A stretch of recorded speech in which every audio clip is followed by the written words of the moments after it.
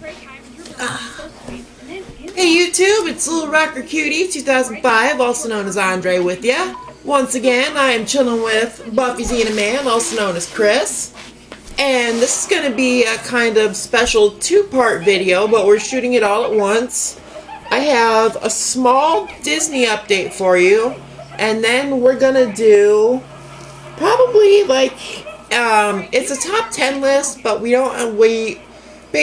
lost the list from our friend Seanatonin, and we're gonna do what we remember, and basically what we remember is what we have here.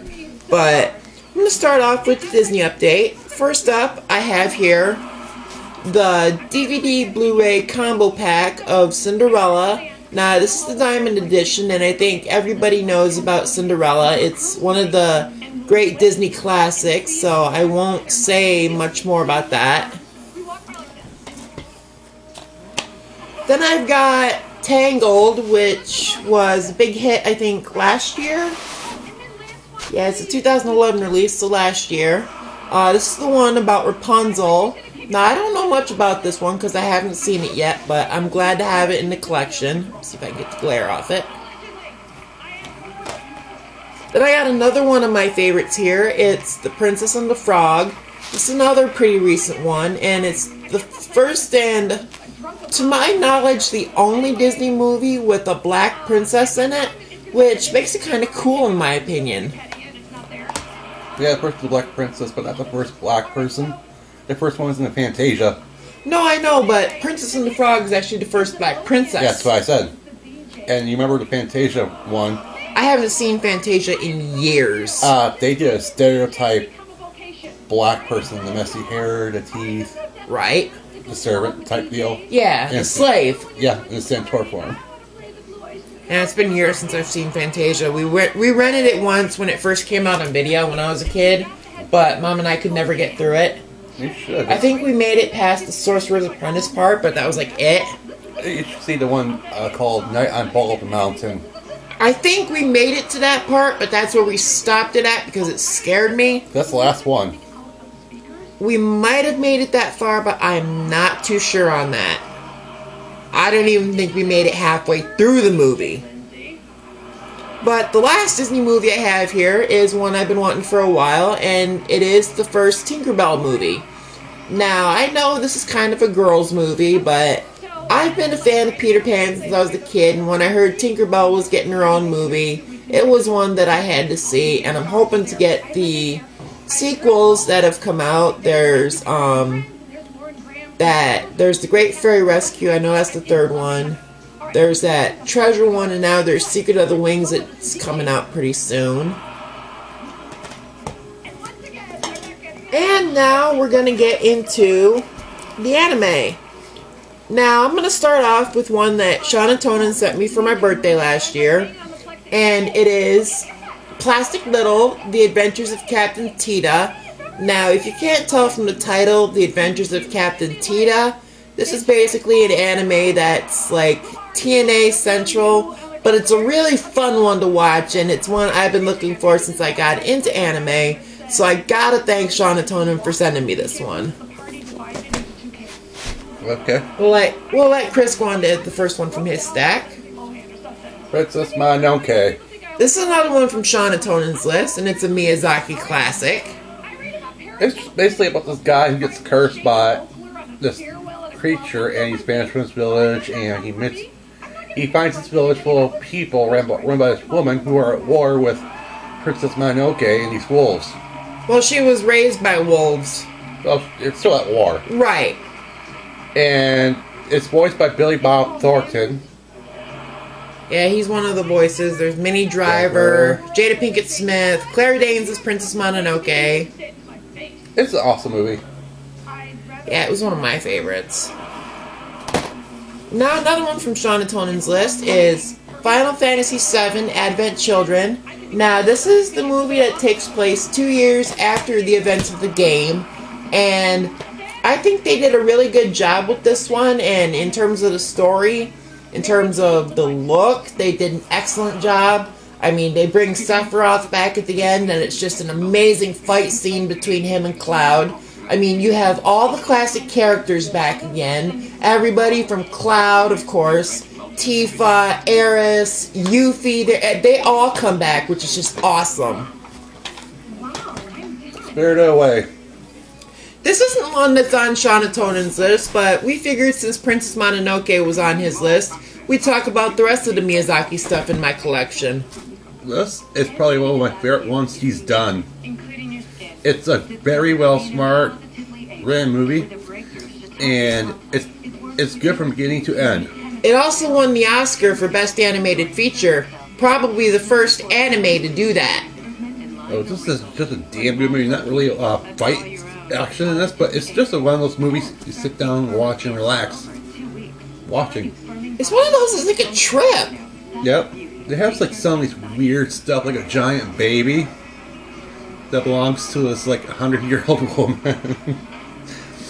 This shadow that keeps following her around, and she meets friends with this kid named Haku, who is actually a river she used to live, the spirit of a river she used to live on, who is a dragon. Yep. And who's the old lady's apprentice. It's a masterpiece. Definitely. Next up, I have another one from Seanatonin's list. It is Appleseed. Now, I don't know if you could call this a remake because there was a actual animated Appleseed. This one is done in CGI, but made to look like animation, and I think they did a really good job with it. But, I mean, there was just a lot of things that they did that, I don't know, I think it just made this movie really great. I mean, I can't exactly describe it, but this is just one of my favorite animes, and it's one that I really enjoy. Ponyo. Never saw it. I know Betty White's in it. It's based on a Little Mermaid. That's pretty much all I know about it. It's about this little boy who moves to this oceanside town with his mother, and he meets this little girl who she's a fish actually, but she turns human after eating a piece of ham. And all throughout this movie, she's screaming, "I want ham!" It's just really odd. I don't know. I have not ever seen this movie, so... I liked it. I thought it was a good one for Miyazaki. Now, speaking of Appleseed, which was the last one I showed off, I also have here the sequel, Appleseed Ex Machina, which I just call Appleseed 2. Now, I haven't watched this yet, but I know it's supposed to pick up after the first one, and they have a new character in there, in the form of, I think his name is, Terius. Yeah, that's his name. But it's more about the battle for Olympus, which is the city that the last humans live in, and basically it's more of the story of the first one. It just continues on, and from what I saw of it, even though I didn't watch the whole thing, it was really good, and this is just another one I enjoy. Perfect Blue. Never saw this yet either. Very good one. I had probably watched it more than I have. It's about this singer who leaves this chart-topping group to become an actress, and there's a stalker guy that's following her, and it turns out that this stalker is in association with somebody close to this girl. And I don't want to give everything away, but that is one that I would really recommend. And Black Swan, Darren Aronofsky, you ripped off a great anime and made a shitty movie. Plain and simple. If you watch Black Swan, it's Perfect Blue with a couple things changed. That's all it is. Okay, I'll just give this to him. Yeah. So, moving on so you don't kill. Yeah. Moving on so I don't rant anymore.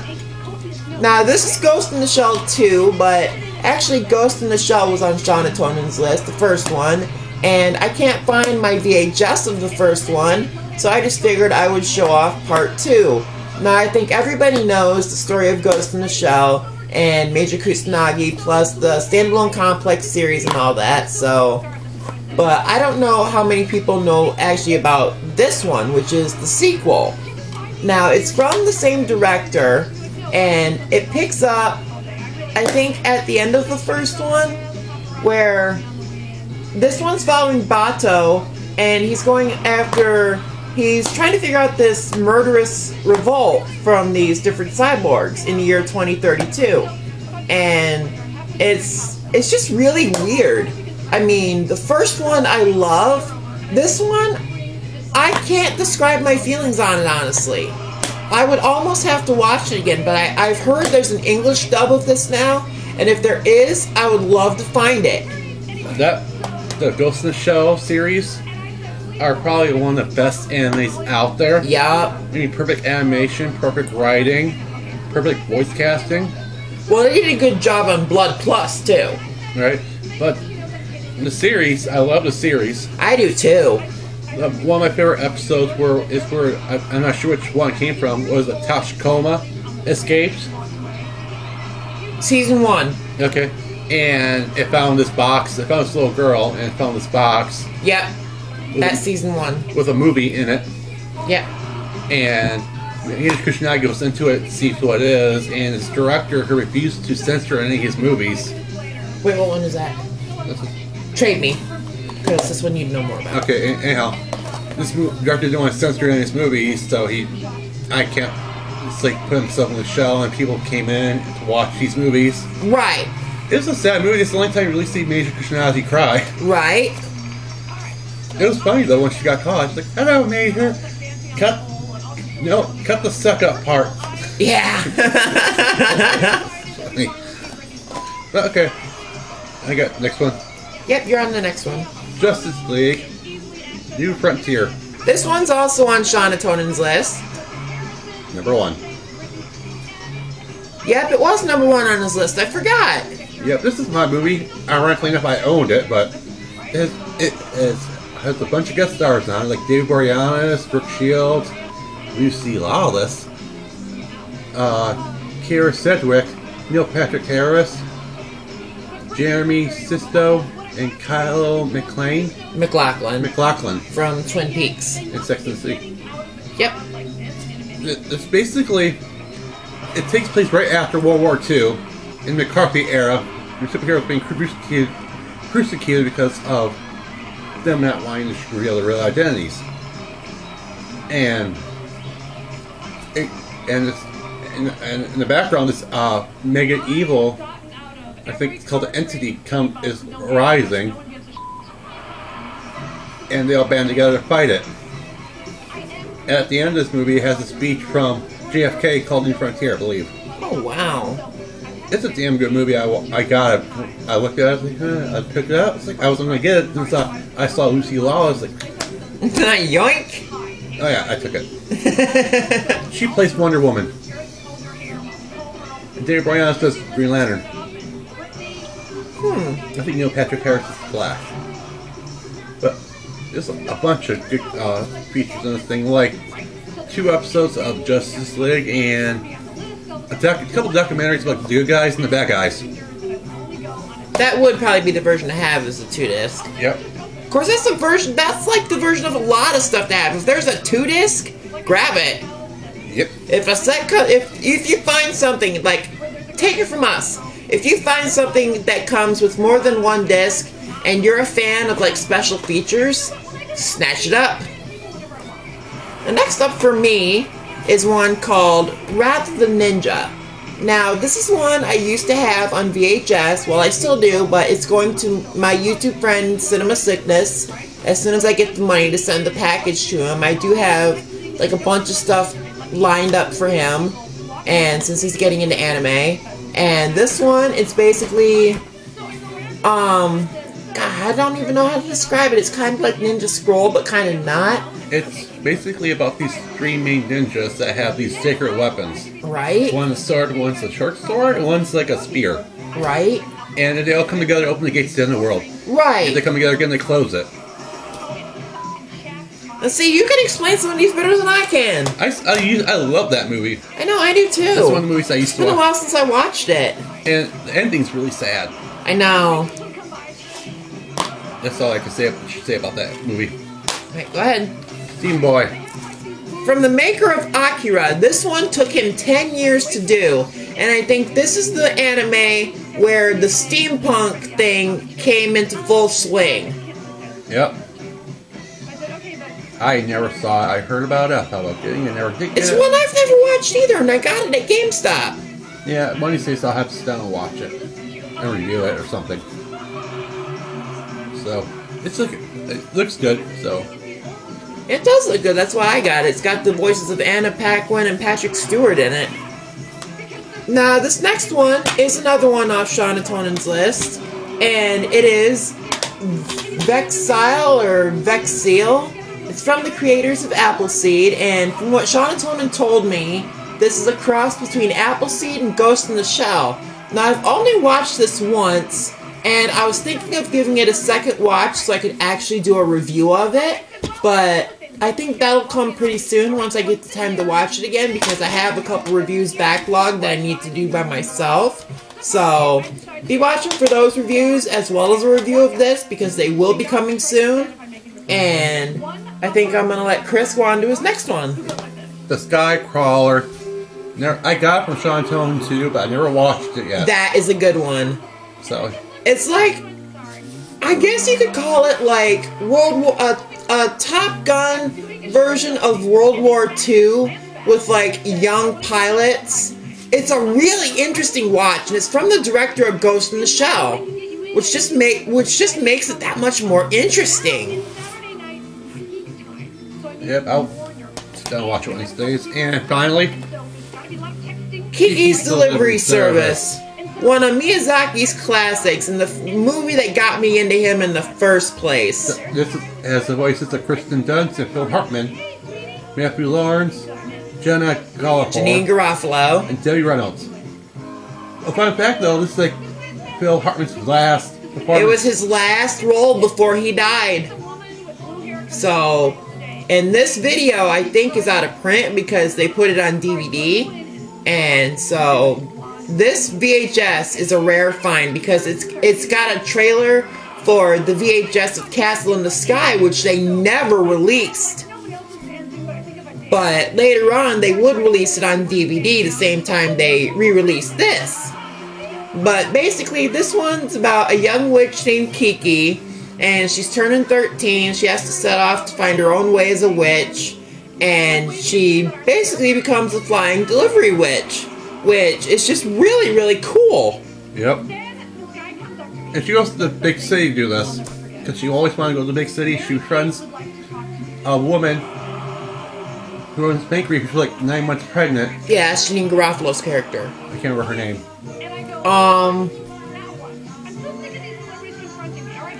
Oh shoot, I don't remember her name either. Keiko? Coco? I don't know. No, no, either. So she has a husband there who's a baker. And she lives in the back. She gets like free leftovers and stuff like this. Yeah. And she works at the store once in a while. Right. And she delivers stuff too. At one point in the movie, she loses her powers to fly her broom, and she goes away with a friend she met in the woods, and they have a talk. She comes back, and the story kind of centers around this blimp. Yep. And it plays a big part towards the end. Only they don't call it a blimp; they call it a dirigible. Which I don't know why. I mean, it's a blimp. Right. Why would you call a dirigible a blimp? I mean, if somebody can please clear this up for us.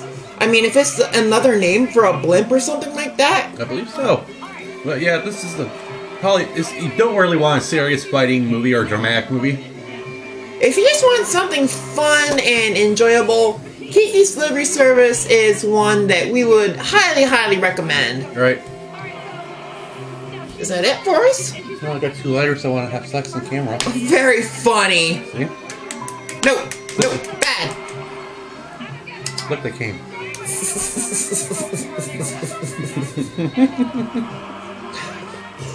Okay, well that's it for us this time around. Once again, this is Little Rocker Cutie 2005, also known as Andre, chilling with the one and only Buffyxenaman, also known as Chris. We're telling you to enjoy life, enjoy some Starburst, enjoy some Skittles, and enjoy those potato chips. You keep forgetting the chicken. The chicken is your line. I mean, never.